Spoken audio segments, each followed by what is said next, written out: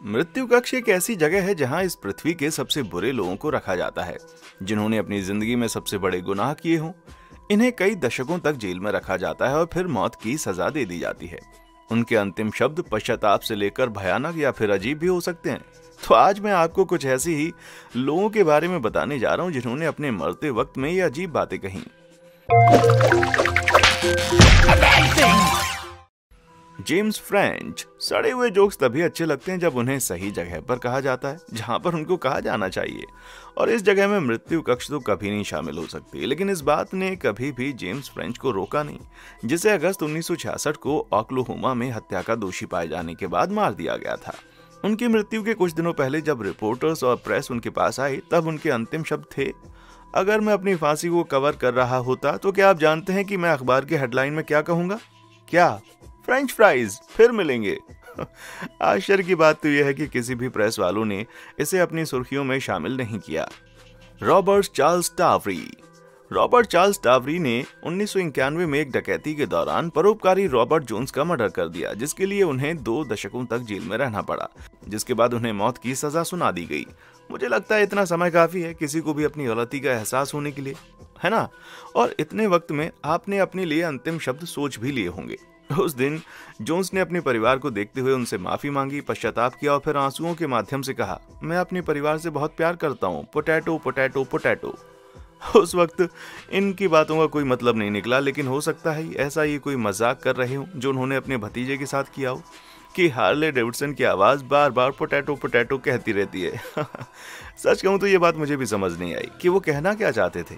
चलिए अब आप पोटैटो बोलना शुरू मत कीजिएगा, आगे बढ़ते हैं। Thomas J Grasso. अगर आप अपने जीवन का अंतिम खाना खाने जा रहे होंगे तो क्या आप उसमें मीन मेख निकालेंगे? 1995 में अपनी मौत के दिन पहले उन्होंने अपने लिए 2 दर्जन स्टीम्ड मसल्स, 2 दर्जन स्टीम्ड क्लेम, बर्गर किंग का एक डबल चीज बर्गर, आधा दर्जन barbecued spare ribs, 2 strawberry milk shake, 1 whip cream के साथ आधी पंपकिन पाई, कटी हुई स्ट्रॉबेरीज और मीट बॉल्स के साथ स्पैगेटी ओस का एक कैन मंगवाया, जो किसी भुक्कड़ का पेट भरने के लिए काफी था, लेकिन ऐसा हुआ नहीं। जिस दिन उन्हें मौत की सजा दी जाने वाली थी, उन्होंने प्रेस को एक स्टेटमेंट दिया, जो ये था कि मुझे स्पैगेटी ओस की जगह स्पैगेटी दी गई, और मुझे लगता है कि प्रेस को इस बारे में पता होना चाहिए। मेरे अंदर का आशावादी कहता है कि ये उसके अंदर के गुनहगार का बच निकलने का शायद एक तरीका हो। भाई, ये वक्त पछताने का है, ना कि ऐसी बातों पर रोने का। जॉर्ज अपेल। आपको याद है मैंने आपसे पहले भी कहा था कि बेकार जोक्स कहने की अपनी एक जगह और वक्त होता है, तो फिर पता नहीं क्यों ये लोग मृत्यु कक्ष को ये जगह समझ बैठते हैं। मुझे यकीन है कि इस वक्त आप कुछ तो कहना चाहते होंगे, या तो आप पश्चाताप करना चाहेंगे या फिर आप अपने लोगों को कहना चाहेंगे कि आप उनसे कितना प्यार करते हैं। क्यों, सही कह रहा हूं ना? जॉर्ज अपेल, जिन्हें अगस्त 1928 में एक पुलिस अफसर की हत्या करने के लिए मौत की सजा सुना दी गई, उनके मरने से पहले उनके आखिरी शब्द थे, सज्जनों, आप एक बेक्ड एप्पल को देखने वाले हैं। विश्वास नहीं होता ना, क्योंकि ये सच नहीं है। उनके आखिरी शब्दों को प्रेस ने गलत तरीके से प्रेजेंट किया। वे अपने आखिरी वक्त पर अपनी बेगुनाही साबित करना चाहते थे। ऐसा लग रहा था जैसे पत्रकारों को बातें बनाने का मौका मिल गया था। लेकिन यहाँ समझने वाली बात यह है कि अगर आप मजाक के पात्र नहीं बनना चाहते हैं तो कृपया करके अपराध ना करें। एलिन वुरनोज अजीब और अधिक प्रसिद्ध उदाहरणों में से एक है, जिसे एक मशहूर मोशन पिक्चर में भी अडॉप्ट किया गया है। एलिन वुरनोज पर 7 आदमियों के खून का इल्जाम लगाया गया, जिसके लिए उन्हें 6 मौत की सजा के भारी आपराधिक दंड दिया गया। साल 2002 में वे सिर्फ एक ही सेंटेंस पूरा कर पाई थीं। ऐसा करने से पहले उन्होंने कहा, मैं बस इतना कहना चाहती हूँ कि मैं एक बड़े पत्थर के साथ तैर रही हूँ और मैं स्वतंत्रता दिवस की तरह यीशु के साथ 6 जून को फिल्म बड़ी मातृत्व और सभी की तरह वापस आऊंगी। मैं जरूर वापस आऊंगी। यहाँ पर समझने के लिए कई चीजें हैं। सबसे पहले ये कि इंडिपेंडेंस डे 4 जुलाई को होता है, ना कि 6 जून को। और अगर वे फिल्म की बात कर रही हैं तो वो भी 9 अगस्त को रिलीज हुई थी, और उस मूवी में रॉक तो थे ही नहीं और जीसस तो बिल्कुल नहीं थे। हाँ, लेकिन जेफ गोल्डबम जरूर थे। Grover Cleveland Redding. अगर आपको पता होता कि आप मरने वाले हैं तो क्या आप एक पूरी स्पीच बनाने बैठेंगे या फिर कुछ भी नहीं बोलेंगे? ये वक्त यकीनन ऐसा होगा जब आप अपने दिल की सभी बातें सबसे साफ साफ कह देना चाहते होंगे। लेकिन अगर आप ग्रोवर क्लीवलैंड रेडिंग हैं तो हो सकता है कि आप कुछ भी ना बोलें। इन्होंने एक दंगे की शुरुआत की थी जिसमें कई लोग चोटिल हुए और कईयों की जान गई। यही कारण है कि उन्हें फांसी की सजा सुना दी गई। उनके आखिरी शब्द जून 1921 में कुछ इस तरह से रिकॉर्ड किए गए थे, मुझे कुछ कहना तो है, लेकिन इस वक्त नहीं। अब आप इस स्टाइल को क्या कहेंगे भाई? Mary Blandy. इंग्लैंड में 18वीं सदी में अपने प्रदर्शन को बरकरार रखना एक मुश्किल काम था, खास करके मैरी ब्लैंडी के लिए, जो पहले से शादीशुदा पुरुषों से शादी करना चाहती थी। गलत है ना? अपने पापा को इस बात के लिए तैयार करने के लिए उन्होंने उनके खाने में लव पोशन मिलाया, लेकिन अफसोस कि वो लव पोशन नहीं था, बल्कि आर्सेनिक था, जिसके कारण उनके पिताजी की मौत हो गई और उन्हें अपने पिता की जान लेने के लिए दोषी ठहराया गया। और जैसे जैसे उनकी फांसी का वक्त करीब आने लगा, उन्होंने ये वाक्य कहे, सज्जनों, अपनी सज्जनता बनाए रखना और मुझे बहुत ऊंचा मत टांगना। अपने अंत के वक्त भी वे अपने प्रदर्शन में कमी नहीं आने की उम्मीद करती हैं। उम्मीद करते हैं कि आखिरी वक्त में उन्होंने अपना प्रदर्शन बनाए रखा हो। विंसेंट गुटिरेज। अपने परिवार को प्यार जताने के कई तरीके होते हैं। कभी कभी ये नाश्ता बनाने जैसी छोटी छोटी सी चीजें होती हैं, तो कभी घर की साफ सफाई करना। लेकिन अगर आप विंसेंट गुटिरेज हैं तो उनका प्यार कुछ इस तरह नजर आता है। मृत्यु कक्ष में खड़े होकर उन्होंने अपने भाई को कहा कि भाई, जब हमें जरूरत होती है तब हमारे जैसे दिखने वाले लोग कहाँ होते हैं। विंसेंट पर कार चोरी करना और मर्डर का आरोप था, जिसके लिए 2007 में उन्हें सजा सुना दी गई। उन्होंने अपने साथ साथ अपने भाई के भी राज खोल दिए। काश इसकी जगह पर उन्होंने सिर्फ I love you my brother कहा होता। George angle. 1880 के दौरान अमेरिका को लेबर यूनियंस बिल्कुल भी पसंद नहीं थे और समाजवाद तो जैसे उनका दुश्मन था, और नॉर्थ अमेरिका में बढ़ते हुए दंगे एक बहुत ही बड़ा मुद्दा बन गए थे। लेकिन इस बात ने कभी भी यूनियन एक्टिविस्ट जॉर्ज एंगेल को नहीं रोका, जिन्होंने नॉर्थ अमेरिका की सोशलिस्ट लेबर पार्टी को खोजने में मदद की और जिन्हें बाद में दंगे का हिस्सा होने के लिए दोषी भी ठहराया गया, क्योंकि इसमें कई पुलिस अफसरों की जान ही चली गई थी। उन्हें इन मौतों का जिम्मेदार ठहराया गया और फांसी की सजा सुना दी गई। उनके आखिरी शब्द सुनकर शायद आप भी सोच में पड़ जाएं। अराजकता की जीत के लिए मैं खुश हूं और ये मेरे जीवन का सबसे खुशी का पल है। शायद मैं उनकी पत्नी का चेहरा साफ साफ पढ़ सकता हूं, लेकिन क्या करें, अब वे उनके साथ नहीं है।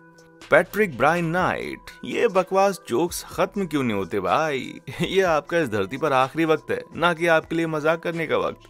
आइए अब सुनते हैं पैट्रिक ब्रायन नाइट के बारे में। 1991 में टेक्सास के इस मजदूर ने अपने पड़ोसियों को किडनैप करके उनका मर्डर भी किया था, जिसके लिए उन्हें मौत की सजा सुना दी गई। लेकिन नाइट एक ऐसा आदमी था जिसने सोच रखा था कि उसे क्या करना है और क्या कहना है, जिसके लिए उन्होंने इंटरनेट का भी इस्तेमाल किया और लोगों से उन सभी जोक्स के बारे में पूछा जो वे अपने आखिरी वक्त में कह सकें। 1300 लोगों से राय भी ली। तो उन्होंने किस जोक को चुना होगा भाई? मैंने कहा कि मैं एक जोक बोलने वाला था, मौत ने मुझे आजादी दे दी है, यही सबसे बड़ा मजाक है और मैं इसी के लायक हूँ। और जो दूसरा जोक मैं बोलने जा रहा हूँ वो ये है कि पैट्रिक ब्रायन नाइट मैं नहीं हूँ और अब आप इस कार्रवाई को नहीं रोक सकते। 1300 सजेशन मिलने के बाद भी उन्होंने अपना ही जोक कहा। यहाँ तक कि ह्यूस्टन क्रॉनिकल में भी ये हेडलाइन में आए थे। ये मजाक इतना भी मजाकिया नहीं था भाई, क्योंकि कातिल खुद ही हंस हंस कर मर गया। इन्हें स्टेज पर खड़ा किसने किया था मेरे भाई? क्लेरेंस रे एलन खतरनाक आदमी थे। उन्हें मर्डर करने के लिए उम्र कैद की सजा भी सुनाई गई थी। यही नहीं, उन्होंने सलाखों के पीछे रहकर भी 3 लोगों का मर्डर प्लान किया था। अपने अंतिम वर्षों में वे अपनी मूल अमेरिकी विरासत के साथ फिर से जुड़े और उनके अंतिम शब्द जो वार्डन ने घातक इंजेक्शन द्वारा उनके एग्जीक्यूशन के बाद पढ़े वो थे, मेरे आखिरी शब्द होंगे हो का हे, ये मरने का एक अच्छा दिन है। वाह भाई वाह। अगर इसका ट्रांसलेशन किया जाए तो होका ही एक एक्सक्लेमेशन है, जिसका मतलब है चलो इसे करते हैं। लेकिन ऐसा भी कहा जाता है कि अतीत में लोग इसका अर्थ मानते थे कि ये मरने के लिए एक अच्छा दिन है। ऐसा लगता है जैसे मरने वाले ने खुद के ही भाषण को समझ नहीं पाया। अरे बाप रे। रॉबर्ट चार्ल्स कॉमरे। स्पोर्ट्स फैन अक्सर ये दावा करते हैं कि उनकी टीम उनकी जान है और ये झगड़े और दंगे शुरू करने के लिए काफी है। लेकिन क्या आपके अंतिम शब्दों में आप अपनी फेवरेट टीम पर चिल्लाएंगे? हो सकता है कि अगर आप रॉबर्ट चार्ल्स कॉमरे हों तो इन पर कई अपराधों के लिए दोषी ठहराया जाए, जैसे मर्डर वगैरह। कॉमरे को 1988 में मौत की सजा सुनाई गई थी। 2007 में उन्हें लीथल इंजेक्शन देने से पहले उनके फाइनल स्टेटमेंट के लिए पूछा गया तो उन्होंने कहा, गो रेडर्स। शायद ये ध्यान देने वाली बात है कि कॉमर एरिजोना के नागरिक थे। हालांकि ऑकलैंड रेडर्स, जिसे अब लॉस वेगस रेडर्स के रूप में जाना जाता है, कभी एरिजोना की घरेलू टीम थी ही नहीं। मुझे लगता है ये आखिरी सांस लेने का एक दिलचस्प तरीका है। सारा गुड। जादू टोना करने को आजकल ये क्रिस्टल से लिंक किया जाता है, लेकिन कई सालों पहले 1692 में जादू टोना करने वालों को मौत की सजा दे दी जाती थी और इसकी सबसे पहली विक्टिम सारा गुड थी, जिन्हें जादू टोना करते हुए पकड़ा गया और फांसी दे दी गई। उनके आखिरी शब्द उनके ट्रायल जज रेवरेंड निकोलस नॉयस के लिए थे, जो कुछ इस प्रकार थे: अगर मैं कोई चुड़ैल हूं तो आप भी किसी जादूगर से कम नहीं है, और अगर आप मेरी जान लेते हैं तो भगवान भी आपको पीने के लिए खून देंगे। और आश्चर्य की बात तो यह है कि 25 साल के बाद नॉयस की मौत अपने ही खून के कारण दम घुटने से हुई। क्या जादू टोना सच में होता है? लेकिन आप LAG के बिना जादू नहीं कर सकते। जिमी ग्लास 1987 में भी इलेक्ट्रिक चेयर को इलेक्ट्रिक्शन मेथड के लिए इस्तेमाल किया जाना आम बात थी। जिमी ग्लास ने लुसियाना राज्य के खिलाफ याचिका दायर की थी कि कुर्सी पर सजा देना काफी क्रूर तरीका है, लेकिन उस वक्त अदालत को यह फैसला संवैधानिक लगा। हो सकता है अगर ग्लास को सजाए मौत ना दी जाती तो कोर्ट शायद उनकी बातों पर ध्यान देता। जिस दिन उन्हें सजा दी जाने वाली थी, ऑफ कोर्स इलेक्ट्रिक चेयर से ही, तब उनके आखिरी शब्द थे: इससे अच्छा तो मैं मछलियां पकड़ता। उम्मीद करते हैं उन्हें नर्क में मछलियां मिल जाएं। टिमोथी मैकविग। एक चीज जो मैं सबके आखिरी शब्दों के बारे में कहूं तो वो ये है कि सब ने ओरिजिनल बातें ही कही हैं। चलिए इस थीम को भी थोड़ा सा ब्रेक करते हैं। टिमोथी मैकविग एक घरेलू आतंकवादी थे जिन्होंने 1995 के ओक्लाहोमा सिटी बम विस्फोटों को अंजाम दिया। 9/11 के पहले इसे ही अमेरिका में आतंकियों द्वारा किया गया सबसे बुरा काम माना जाता है। उन्हें मौत के एक घातक इंजेक्शन देकर मौत की सजा सुना दी गई। उनके आखिरी शब्द पता है क्या थे? विलियम अर्नेस्ट हेनेल की एक कविता जो कि इन पंक्तियों के साथ समाप्त होती है: मैं अपनी किस्मत का मालिक हूँ और अपनी आत्मा का कप्तान। ये थोड़े से आश्चर्य की बात है कि एक आतंकवादी जो दूसरे के विचारधाराओं पर काम करता है वो एक ओरिजिनल स्टेटमेंट भी नहीं दे सकता। ऊपर से विडंबना की बातें तो ये हैं कि आप खुद को अपनी किस्मत का मालिक कह रहे हैं, लेकिन आपको मौत कोई और दे रहा है। सच कहूं तो उनकी ये बात का कोई मतलब नहीं निकलता। मुझे लगता है उन्हें अपने लिए कुछ और ही लाइन सिलेक्ट करनी चाहिए थी। Tom blackjack Ketchum. अब सच कहूं तो गलत रिपोर्टिंग का ये सबसे मशहूर उदाहरण है। टॉम ब्लैकजैक केचम 1901 में साउथ में हुई एक ट्रेन डकैती का हिस्सा था जिसमें उनके एक भाई की भी जान चली गई और उन्होंने अपना एक हाथ भी खो दिया। और आखिरकार जब उन्हें उनके कर्मों की सजा दी गई तो ऐसा कहा जाता है कि उनके आखिरी शब्द थे: मैं तुम्हारा नाश्ता शुरू होने से पहले ही नर्क में पहुंच जाऊंगा, उसे अपना काम करने दो। लेकिन ऐसा लगता है कि ये सच नहीं था। टाइम की न्यूज़पेपर में ये रिपोर्ट्स छापी गईं जो कुछ इस प्रकार थीं: फांसी का काम जल्दी करो ताकि मैं नर्क में पहुंचकर समय से अपना डिनर कर सकूं। और सुबह में उन्होंने अपने लॉयर से भी कहा था: हैरिंगटन से कहो कि मैं उसके नाश्ते के लिए नर्क में मिलूंगा। मुझे लगता है कि वो नर्क के खाने के प्रशंसक थे, इसीलिए तो वे जाने की जल्दी में थे। गैरी बोरीज। जुग जुग जियो का आशीर्वाद तो आपको नहीं मिलने वाला। अगर आप एक मर्डरर हैं तो गैरी बोरीज को इंडियाना पुलिस में 1980 में एक कैब ड्राइवर को बुरी तरह से मारकर उसकी हत्या करने के लिए गिरफ्तार कर लिया गया और इसके लिए उनको सजा भी सुनाई गई। उन्हें 1981 में मौत की सजा सुनाई गई थी। उन्होंने हैबियस कॉर्पस के तहत कई याचिकाएं दायर की थी और सभी को नकार दिया गया और आखिरकार 1997 में उन्हें लीथल इंजेक्शन दे दिया गया, जिसके पहले उन्होंने कहा: मेरे ऊपर प्रकाश डालें। मुझे लगता है कि उनकी अपने कम्युनिकेटर से हो नहीं पाई होगी क्योंकि ये एग्जीक्यूटिव सक्सेसफुल रहा और वहाँ पर कोई भी UFO नहीं देखा गया। Charlie Livingstone. अगर हम सभी को पता है कि हम मरने वाले हैं तो क्या हम इसे अपने बर्थडे की तरह सेलिब्रेट करेंगे? नहीं ना। आपका आखिरी दिन आपके लिए बहुत ही महत्वपूर्ण होता है। मुझे लगता है कि इसके लिए लोग स्पीच भी तैयार रखते होंगे, लेकिन अगर आप चार्ली लिविंगस्टोन हैं तो आपको मुद्दे की बात करना पसंद होगा जिन पर 1983 में डकैती करने के दौरान मर्डर करने का इल्जाम लगाया गया था। लिविंगस्टोन को घातक इंजेक्शन द्वारा मौत की सजा सुनाई गई थी जिसे नवंबर 1997 में दिया जाना था और उनके आखिरी शब्द थे: आप मुझे यहाँ मारने के लिए लाए हैं, ना कि भाषण देने के लिए। बस मुझे कुछ नहीं बोलना। अब ये लॉजिक सुनकर भैया कौन बहस करेगा। Aaron Michel. 1967 में गैस चैम्बर के माध्यम से मारे जाने वाले अंतिम व्यक्ति एरोन मिशेल थे। उन्हें 1963 में एक पुलिस अफसर की हत्या करने के लिए दोषी पाया गया था और कैलिफोर्निया राज्य में गवर्नर रोनाल्ड रेगन थे। कार्यकाल के दौरान मौत की सजा पाने वाले वे एकमात्र व्यक्ति थे। जैसे ही उसे गैस चैम्बर में डाला गया उसके आखिरी शब्द थे: मैं जीसस क्राइस्ट हूँ, देखो उन्होंने मेरे साथ क्या किया है। अगर वे जीसस क्राइस्ट थे तो एक बात तो पक्की है कि उन्हें चिंता करने की कोई जरूरत नहीं थी। वे बस 3 दिन के समय में ही वापस आ जाते। शायद वे कुछ ऐसा ही चाहते थे।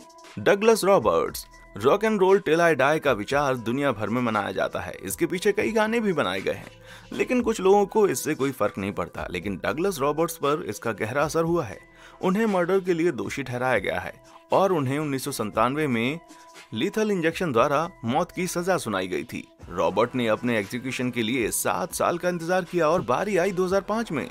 तब उनके आखिरी शब्द थे: मैं इस पल का इंतजार कब से कर रहा था, लेकिन मेरे मरने से पहले मैं आपसे कहना चाहता हूँ कि जब मैं मरूं तो मुझे गहराइयों में दफनाना और मेरे पैरों के पास 2 बड़े स्पीकर्स रखना और मुझे हेडफोन पहनाना, और जब तक मैं मर ना जाऊं ये म्यूजिक बंद मत करना।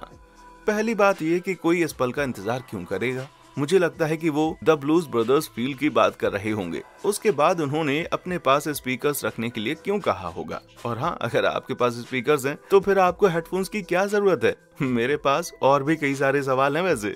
बिली वेन कोबल, क्या आप अपने शब्दों की भी कीमत रखेंगे? बिली वेन कोबल कुछ ऐसा ही सोचते थे। कोबल को अपनी पत्नी के माता पिता और उनके भाई का मर्डर करने का दोषी पाया गया, जिसके लिए उन्हें मार्च 2019 में मौत की सजा सुनाई गई। लेकिन उन्होंने अपने एग्जीक्यूशन में कहे आखिरी शब्दों पर भी एक प्राइस टैग लगा दी, आई लव यू। ये कहने के $5 लगेंगे।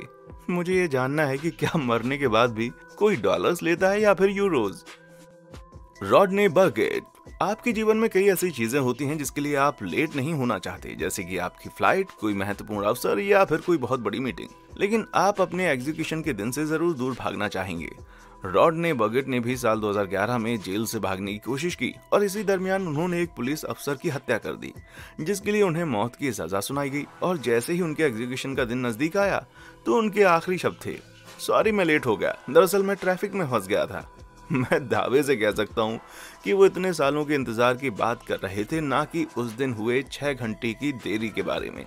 उनके आखिरी शब्द कुछ इस तरह से रिकॉर्ड किए गए थे, क्या गहरी नींद में सोने के बाद ऐसा ही लगता है? तो दोस्तों, इनमें से कौन सा स्टेटमेंट आपको सबसे ज्यादा अजीब लगा? नीचे कमेंट सेक्शन में आकर हमें जरूर बताएं। और हाँ, देखने के लिए शुक्रिया।